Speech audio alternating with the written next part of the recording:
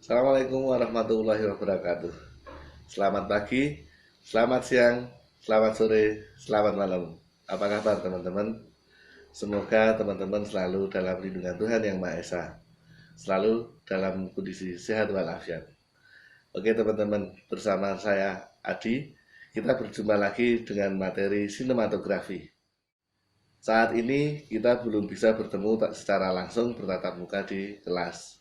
Kita masih bertatap muka melalui media online.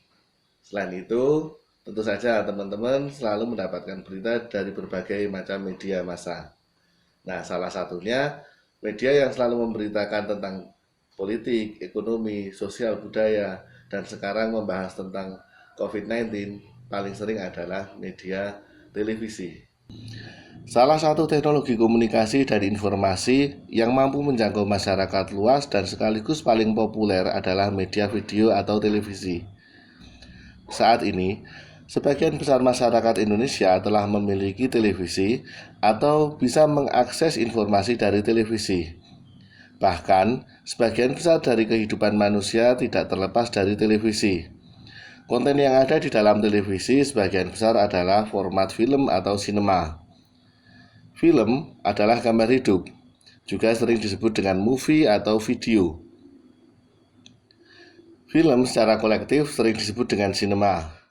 Video ini akan membahas untuk tema pertama dan kedua, yaitu materi sinematografi dan juga membahas preproduksi. Gambar hidup adalah bentuk seni, bentuk populer dari hiburan dan juga bisnis yang diperankan oleh tokoh-tokoh sesuai dengan karakter direkam dari benda atau lensa yang disebut dengan kamera atau juga dengan menggunakan animasi. Sinematografi menjelaskan tahapan produksi sebuah film, deskripsi kerja, dan juga tim produksi. Selain itu, sinematografi juga menjelaskan tentang manajemen produksi.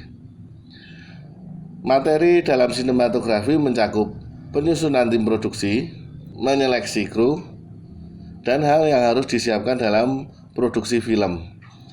Selain itu, sinematografi juga menjabarkan dasar-dasar penulisan cerita untuk pembuatan film, penyusunan riset untuk film dokumenter, serta penerapan pembuatan sinopsis, director treatment, shortlist, script breakdown, dan juga shooting schedule.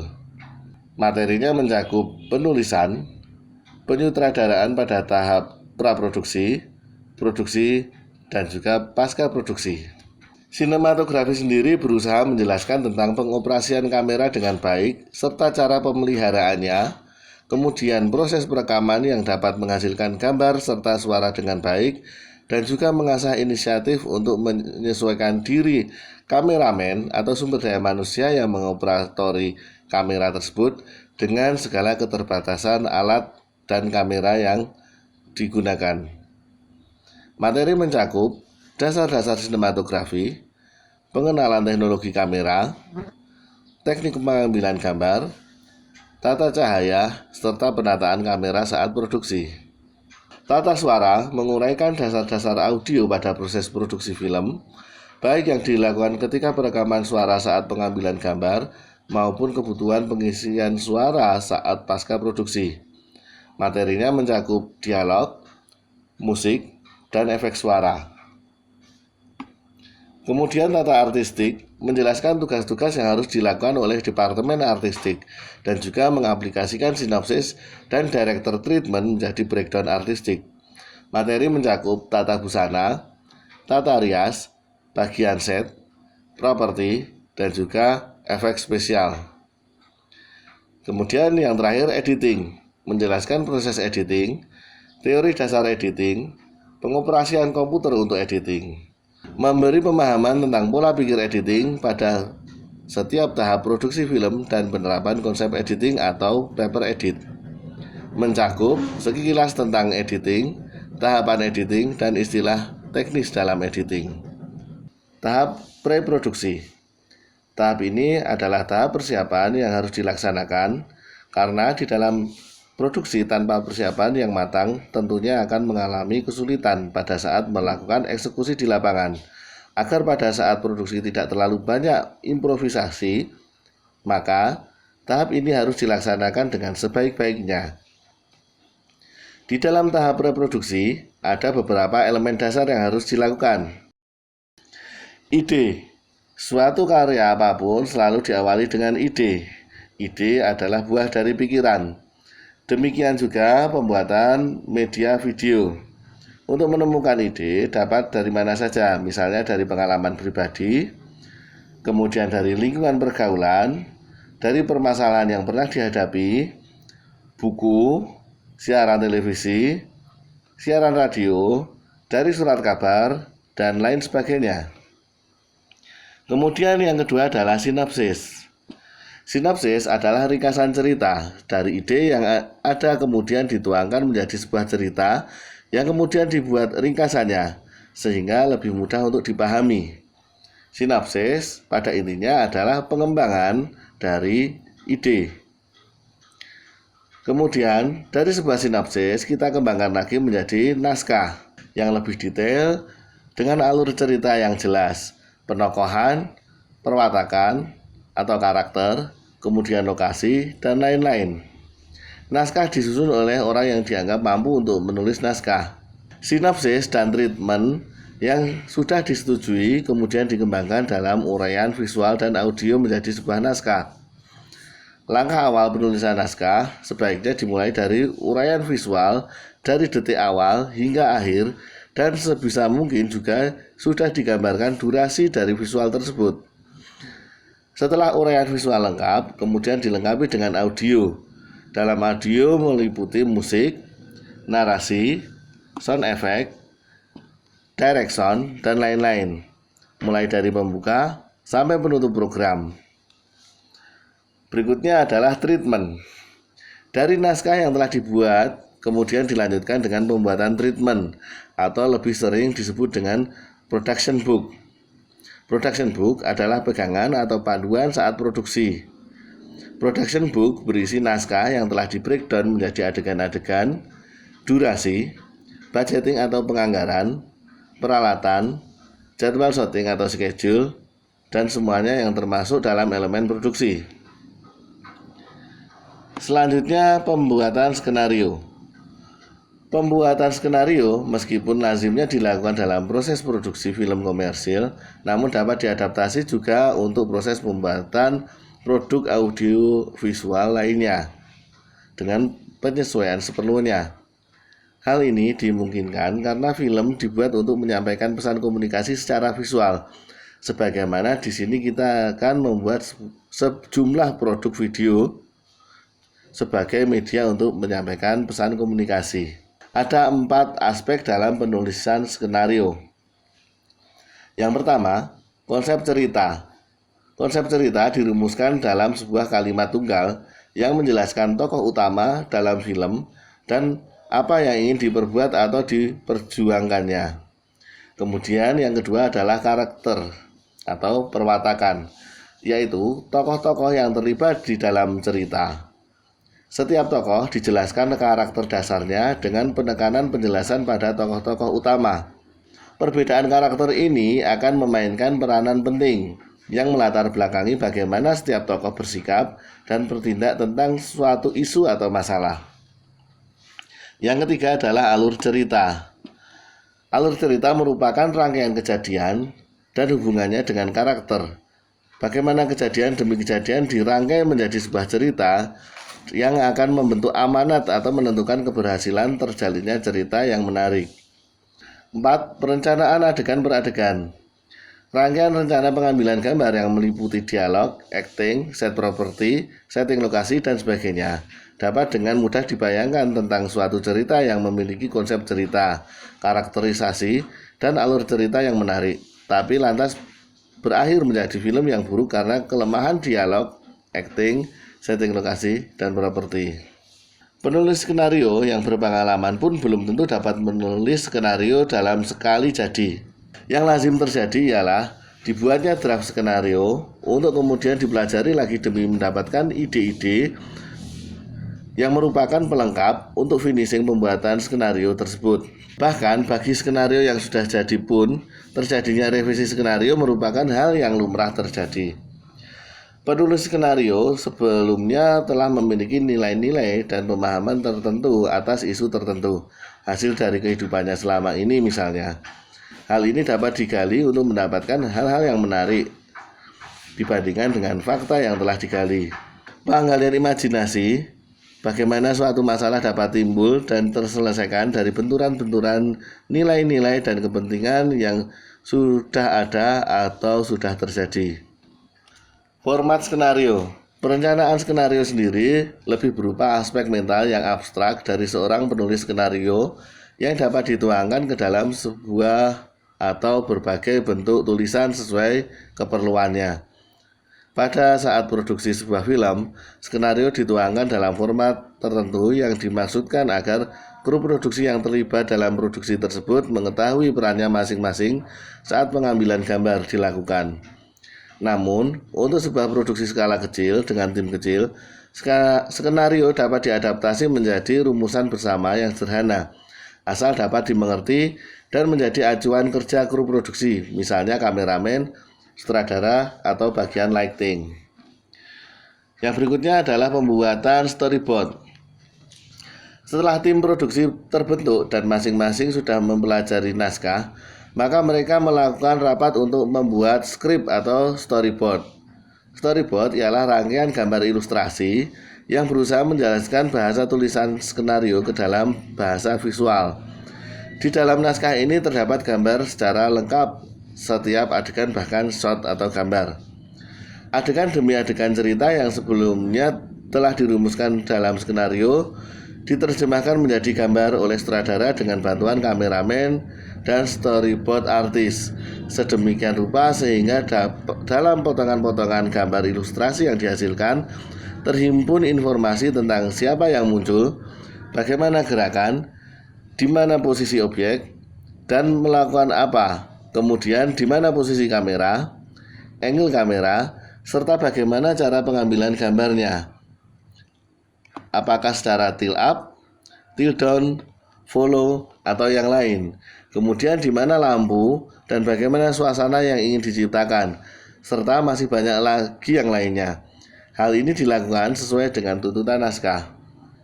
Pada kenyataannya, dalam praktek, keberadaan storyboard merupakan barang mewah, yaitu meskipun memang dirasakan manfaatnya sangat besar, namun kesulitan pengerjaannya membuat suatu tim produksi sering mengabaikannya dengan melewati proses ini dan akhirnya menyerahkan pelaksanaan syuting video kepada kemampuan langsung di lapangan. Salah satu kendala yang sering dihadapi ialah tidak tersedianya tenaga ilustrator gambar. Layout ialah bentuk lanjutan dan terakhir dari kegiatan praproduksi. Di sini, gambar-gambar storyboard dirangkai dalam suatu kegiatan editing video sesuai dengan skenario, bagaikan hasil syuting video yang sudah selesai diambil. Elemen-elemen lain ditambahkan seperlunya sekedar untuk mencari gambaran awal dari produk yang telah selesai, misalnya dubbing narasi dan musik ilustrasi. Hasil akhir layout dapat berupa file video yang dapat disaksikan bersama oleh kru produksi dan klien jika ada, atau layout ini juga bermanfaat antara lain untuk kru produksi maupun klien mendapatkan gambar yang lebih jelas tentang produk yang akan dihasilkan. Banyak orang yang daya imajinasinya tidak cukup tinggi untuk membayangkan hasil akhir sebuah produk dari sebuah skenario yang mengerti tentang kru produksi atau maupun klien. Mereka dapat memperoleh gambaran yang lebih jelas tentang produk yang akan dihasilkan. Kru produksi maupun klien, mereka akan mendapatkan gambaran yang lebih jelas tentang produk yang akan dihasilkan. Banyak orang yang daya imajinasinya tidak cukup tinggi untuk bisa membayangkan hasil akhir sebuah produk dari skenario yang mengerti tentang rencana produksi dengan adanya layout tersebut. Secara mental, kru produksi akan merasa bahwa video yang sudah hadir selesai dan tinggal mengisi potongan-potongan gambar ilustrasi tersebut dengan hasil syuting video. Setelah konsep matang, maka langkah selanjutnya adalah mewujudkannya ke langkah yang berikutnya yang lebih konkret, yaitu desain produksi. Pada tahap desain produksi, ditentukan tujuan produksi, penentuan target-target, penyusunan kru, scheduling proyek, dan sebagainya. Tidak ada rumusan yang benar atau baku pada tahap desain produksi ini. Desain produksi ini sangat fleksibel, tergantung skala proyek produksi. Pada dasarnya, desain produksi adalah tahap pendefinisian proyek sedemikian rupa dalam segala aspeknya sehingga kelak pada akhir proyek dapat menjadi rujukan apakah proyek produksi yang telah dijalankan telah memenuhi kaidah-kaidah yang telah ditetapkan atau belum. Kemudian yang kedua adalah tujuan produksi. Tujuan produksi dapat pula dijabarkan secara lebih detail menurut prinsip tujuan komunikasi, di mana di dalam komunikasi setidaknya ada 5 aspek yang harus diperhatikan, yaitu komunikator, komunikan, materi komunikasi, media komunikasi, dan cara penyaluran pesan. Tujuan produksi dapat pula secara spesifik menyebutkan tujuan-tujuan tertentu. Misalnya tujuan mengikuti festival film indie, tujuan komersil, tujuan presentasi, dan sebagainya. Bahkan untuk sebuah tujuan eksperimental pun sebaiknya dilakukan perumusan agar tujuan produksi ini kelak dapat dipakai sebagai rujukan saat menulis jurnal atau evaluasi kegiatan. Yang ketiga adalah penentuan target-target. Ini masih berkaitan erat dengan perumusan tujuan di atas, tapi dengan memainkan indikator yang lebih terukur. Misalnya, target keberhasilan penyampaian pesan, target pencapaian finansial, target pencapaian kualitas gambar, serta target jumlah audiens. Yang keempat adalah penyusunan kru. Berbeda dengan produksi film komersil, apalagi film Hollywood, yang dikerjakan oleh banyak kru dan tugas serta keahlian masing-masing, suatu home video atau production house dapat dikerjakan oleh suatu tim kecil dengan tugas serba rangkap. Sejumlah aspek pekerjaan penting ialah produser, penulisan skenario, penyutradaraan, kameramen, pencahayaan, make up dan wardrobe, penata artistik, dan editing.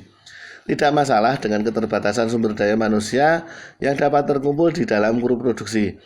Yang lebih penting ialah adanya kejelasan soal pembagian tugas dan job desk atau description job masing-masing. Misalnya dapat berbentuk tim kecil beranggotakan 3 orang, di mana seorang berperan rangkap sebagai produser atau penulis skenario atau sutradara, seorang sebagai kameramen atau editor, dan seorang sebagai lighting man atau tata cahaya atau penata artistik.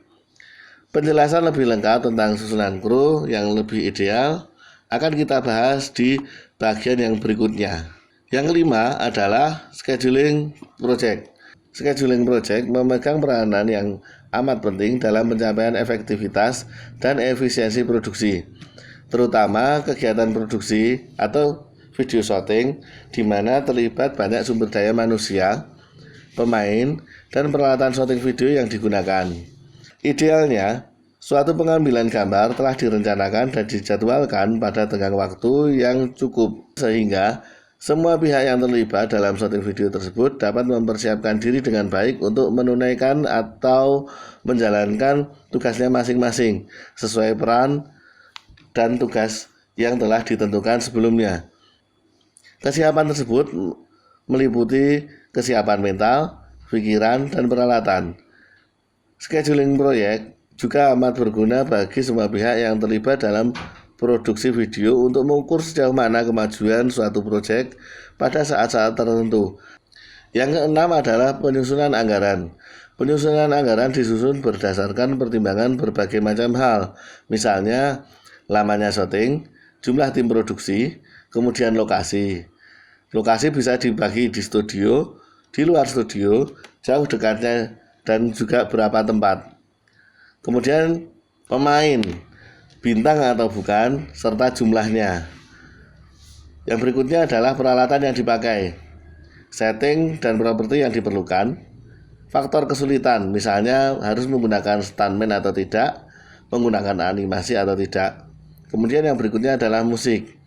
Musik tersebut dibuat sendiri atau beli hak cipta, dan lain sebagainya. Pemilihan pemain atau casting. Jika suatu program memerlukan pemain, maka pemain harus dipilih sesuai dengan tuntutan naskah. Kesalahan pemilihan pemain atau karakter pemain menyebabkan kesalahan penyampaian materi atau menjadi tidak menarik. Pemain merupakan salah satu kunci keberhasilan. Memakai bintang atau tidak harus dipertimbangkan dengan matang, sebab ada untung ruginya.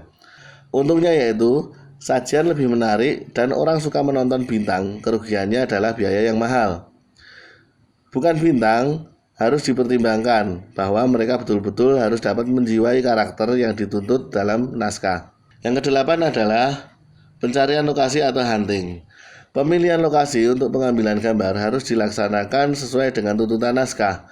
Kalau ingin mengubah lokasi syuting demi pertimbangan penghematan, perlu dibicarakan ketika rembuk naskah atau rapat pembentukan naskah, atau jika dimungkinkan karena adanya teknologi menggunakan chroma key virtual, kemudian green screen dan sebagainya. Lokasi syuting dapat di luar atau di dalam studio tergantung dari kemudahan dan efektivitas dari pengambilan gambar dan tuntutan naskah.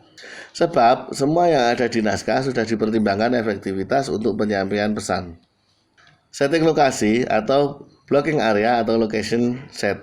Sebelum melakukan pengambilan gambar, sutradara bersama-sama tim produksi mengadakan penataan lokasi dan juga setting properti yang sesuai dengan kebutuhan naskah. Prosedur ini berlaku untuk perencanaan syuting baik di dalam maupun di luar studio. Di samping itu pula, penempatan kamera atau kamera blocking sudah harus tergambarkan dalam areal ini. Baik atau tidaknya proses praproduksi akan terlihat pada saat produksi. Jadi, praproduksi adalah elemen yang sangat penting dalam sebuah produksi. Tim produksi. Yang pertama adalah produser. Produser adalah orang yang memproduksi film, yaitu yang merumuskan suatu proyek film, menyusun dan memimpin tim produksi agar proyek tersebut mencapai tujuan-tujuan yang telah ditetapkan. Kemudian yang kedua, product designer atau desainer produksi. Tergantung kesepakatan job, dapat bertugas merancang sejumlah aspek produksi film hingga detail, misalnya hingga ke aspek marketing. Yang ketiga adalah scriptwriter atau penulis naskah atau penulis skenario. Film dibuat berdasarkan suatu naskah atau skenario yang memiliki format tertentu sedemikian rupa yang dimengerti oleh kru produksi film. Skenario ini dapat berasal dari cerita novel, naskah adaptasi maupun cerita asli. Penulis naskah yang melakukan pekerjaan ini. Yang keempat adalah director atau sutradara, orang yang menerjemahkan bahasa tulisan dari sebuah skenario ke dalam bahasa visual hasil syuting maupun elemen visual lainnya, termasuk mengarahkan adegan, mengarahkan dialog para pelaku, serta mengkoordinasikan kru yang berkaitan dengan tugas utamanya tersebut. Yang kelima adalah Director of Photography atau penata kamera atau DOP. DOP adalah orang yang membantu sutradara dalam menerjemahkan bahasa tulisan ke visual atau menerjemahkan bahasa tulisan ke bahasa yang lebih teknis melalui pemilihan angle dan gerakan kamera serta pencahayaan. Dalam proyek kecil, penata kamera ini dirangkap oleh seorang kameramen yang juga mengatur peran tugas pencahayaan atau bagian lighting. Yang keenam adalah art director atau penata artistik. Penata artistik bertugas menyediakan segala properti, tempat dan lingkungan pengambilan gambar untuk tiap-tiap adegan, dan juga menyesuaikan diri dengan setting adegan yang disebutkan dalam skenario. Yang ketujuh adalah make up artist atau penata rias. Tugasnya adalah melakukan penataan rias untuk para pelaku adegan termasuk penataan rambut. Yang kedelapan adalah wardrobe atau custom designer.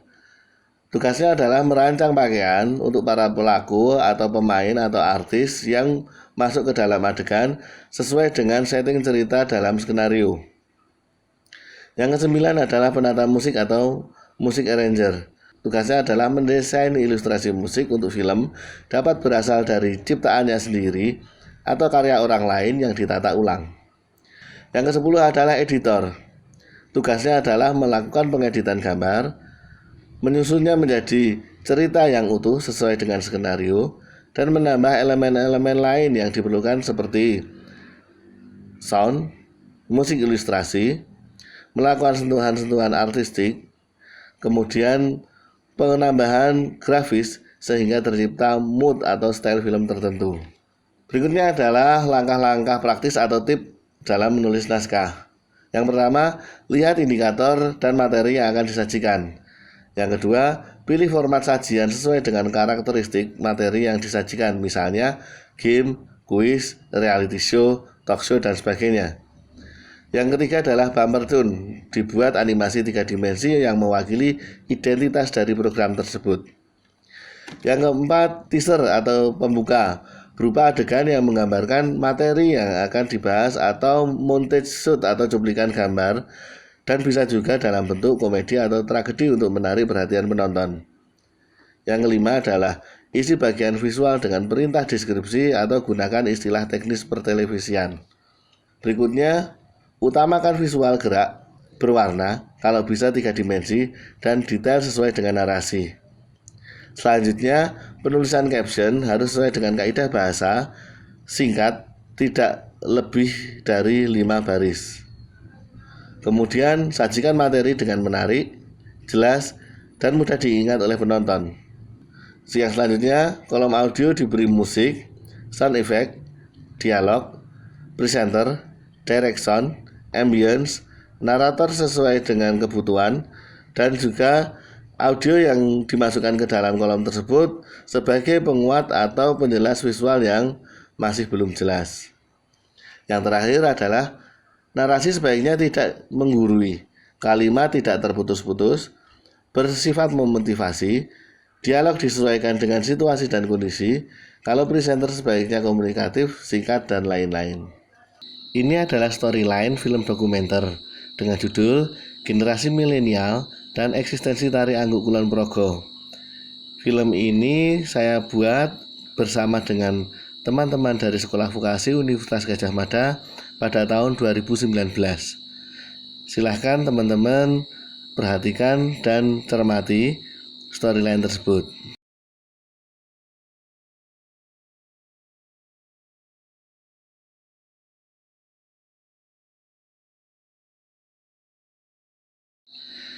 Nah teman-teman, setelah teman-teman tadi memperhatikan storyline film dokumenter Generasi Milenial dan Eksistensi Tari Angguk Kulon Progo, berikutnya silakan teman-teman perhatikan dan juga mencermati kembali film dokumenter dengan judul Generasi Milenial dan Eksistensi Tari Angguk Kulon Progo.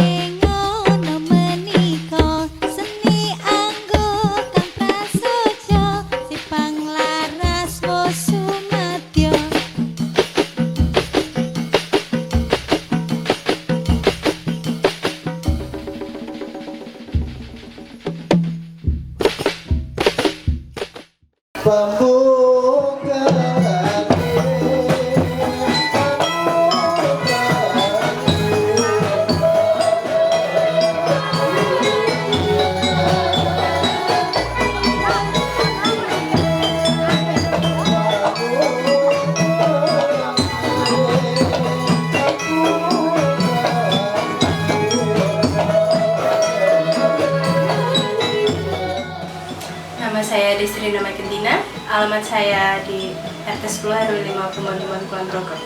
Usia saya sekarang 17 tahun 7 bulan. Pendidikan terakhir saya SMA dan saya akan melanjutkan di D1 ISI, Yogyakarta.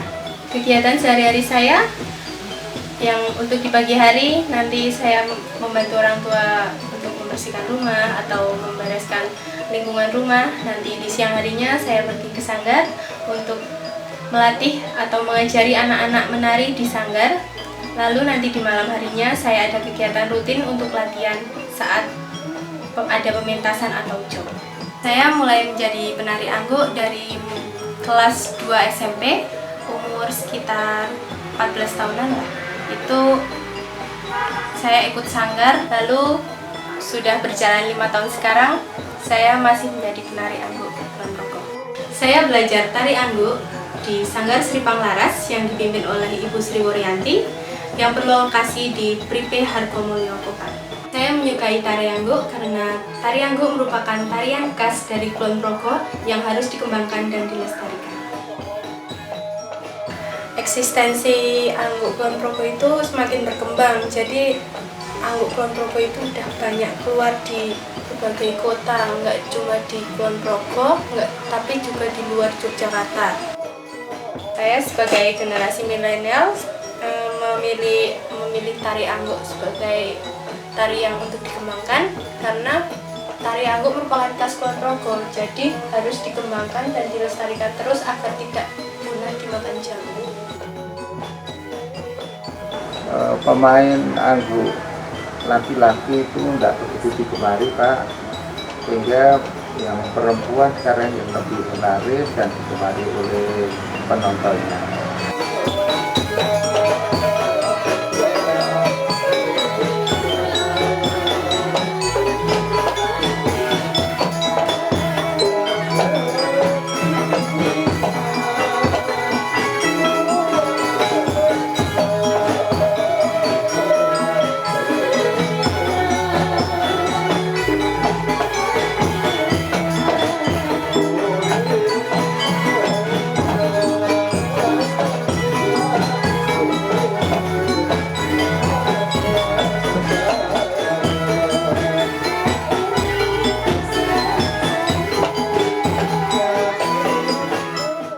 Nama saya Sri Woryanti, saya alumni dari SMKI Negeri Yogyakarta tahun 85. Saya kelahiran dari Purworejo 16 April 1966.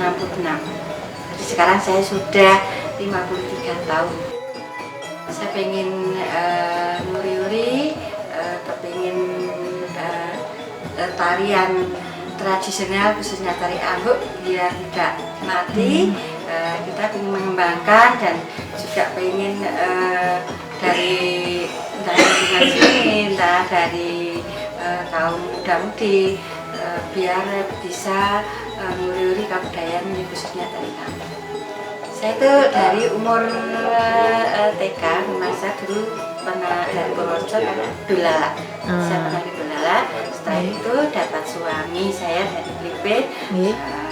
Pripe sudah ada angguk, jadi dari angguk laki-laki, tapi saya punya ide sama suami kepingin mengembangkan kalau gimana kalau angguk itu ditarikan oleh cewek-cewek mungkin lebih menarik juga. Akhirnya kita mengumpulkan muda-mudi dari desa Hargomulyo sudah Pripe ini, terus malah sampai sekarang malah berkembang pesat, dari juga diterima oleh masyarakat lingkungan, khususnya lingkungan Pripe, apalagi sekarang dari pemerintah juga sudah mengakui, apalagi sekarang sudah menjadi ikonnya Kulon Progo.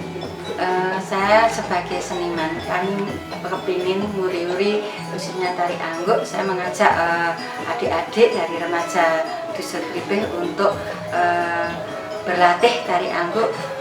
Dulu kepingin untuk ngisi acara 17-an, tapi akhirnya dari masyarakat juga menerima, dari kecamatan tahu kalau di Pripe ada latihan angguk, malah dari Pak Camat disuruh untuk pentas di 17-an di kecamatan. Dari anak-anak sampai ibu-ibu aja sekarang pentasnya apa-apa angguk, walaupun yang sekarang saya anak-anak dengan remaja ibu-ibu geraknya juga tidak harus sama, karena anak-anak kita ya disederhanakan, terus nanti remaja sudah dikembangkan, ibu-ibu kan mungkin ibu-ibu ibu-ibu ya kita disederhanakan juga. Sekarang tidak cuma di sanggar, saya juga mengajar di anak-anak berkebutuhan khusus, itu anak tunarungu, tunagrahita, itu semua juga menari angguk. Kemarin sampai juara tingkat nasional, juara 2 juga itu lomba FLSN tingkat nasional, itu juara 2 dari SLB 1 Negeri Kulon Progo. Pesan saya untuk muda-mudi sekarang, jangan malu untuk menarikan tari angguk, khususnya dari Kulon Progo, karena angguk sudah menjadi kesenian ikon dari Kulon Progo, apalagi sekarang sudah menjadi warisan budaya tak benda. Nama saya Suratio. Saya suami dari Ibu Sri Wuryanti yang kebetulan pengelola Sanggar Sripang Laras adalah sanggar tari yang bagian besar ke bidang angguk. Kalau ceritanya dulu Babat Menak, jadi Timur Tengah. Jadi makanya syair-syairnya berjanjin semua dan melibatkan kitab Umar Moyo, Umar Madi itu untuk menepis pro dan kontra. Itu kan kalau dulu kan Angguk Putra itu pakai celana pendek dan di atas lutut. Jadi mungkin kalau perempuan bisa dikatakan gimana ya, tabu, pada apalagi syairnya syair Islamik. Nah, itu memang untuk Angguk Putri kita sinopsisnya membuat sendiri untuk ya sistemnya untuk mengamankan situasi. Walaupun sebenarnya Angguk Putri itu kita juga punya 3 misi hiburan, misi pertunjukan, dan misi religi. Dan sinopsis dari Angguk Putri kita buat dari daerah sini. Jadi para muda-mudi daerah sini, khususnya di perbukitan Menoreh bagian selatan dan barat ini, itu mereka bersama-sama bergembira ria menyambut panen tiba, karena panen melimpah, dengan bersyukur pada Tuhan, dilewatkan dengan tarian, nyanyian, dan doa-doa. Ya sama dengan menari-nari, menyanyi, diiringi alat tadi, beduk, kendang, rebana, trek, dengan syair-syair. Tergantung kostum, misalnya kostum religi kita ya pakai sholawat, kalau religi gitu, kalau pertunjukan kita ya pakai yang hiburan, kalau yang hiburan kita pakai, kalau yang apa itu pertunjukan kita pakai yang pembangunan, kalau hiburan kita pakai yang pantun-pantun. Itu makanya kalau ceritanya sama, jadi setiap akhir tarian tetap menganggukkan kepala untuk penghormatan, makanya ada nama Angguk tadi. Yang religi kan biasanya cuma untuk keagamaan, untuk untuk sawalan itu kan. Sing hiburan kan setiap orang ngajak, marin besar kan banyak. Jadi yang religi 1-2. Terus yang pertunjukan biasanya kan cuma untuk ini ada Pak Bupati, ada peresmian, ada itu, cuma itu kan pertunjukan. Kalau yang populer jelas hiburan. Makanya kita memang kalau sekarang itu kita condongnya ke penjualan. Kalau dulu kan cuma hiburan, apa gimana ya istilahnya, cuma ya semata-mata untuk untuk pertunjukan. Kalau sekarang kebanyakan hiburan, makanya kita sekarang yang membutuhkan banyak untuk event-event hajatan, jadi istilah tanggapan untuk itu, penjemputan tamu, untuk peresmian gedung, untuk yaitu menjamu tamu negara. Itu kan pertunjukan, dan kostumnya juga lain, kita pakai yang sopan. Pengalaman paling berkesan saya saat menari angguk yaitu saat saya bisa menarikan angguk di Blitar, dan saya mewakili daerah istimewa Yogyakarta bersama teman-teman saya dari Sanggar Sripang Laras. Saat di sana saya bisa mendapatkan teman-teman baru yang dari berbagai daerah, dan banyak sekali pengalaman yang saya dapatkan di sana.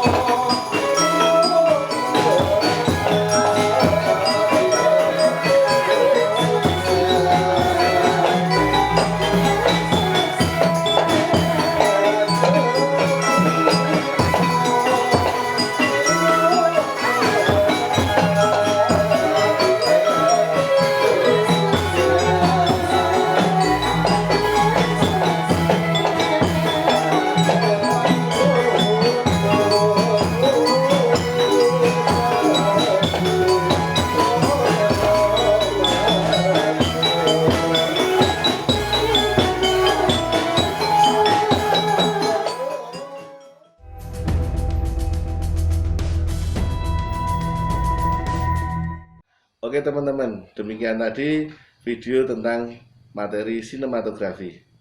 Kita akan berjumpa lagi untuk materi sinematografi yang tahap kedua, yang akan bercerita tentang tahap produksi dan pasca produksi. Terima kasih, sampai jumpa, see you.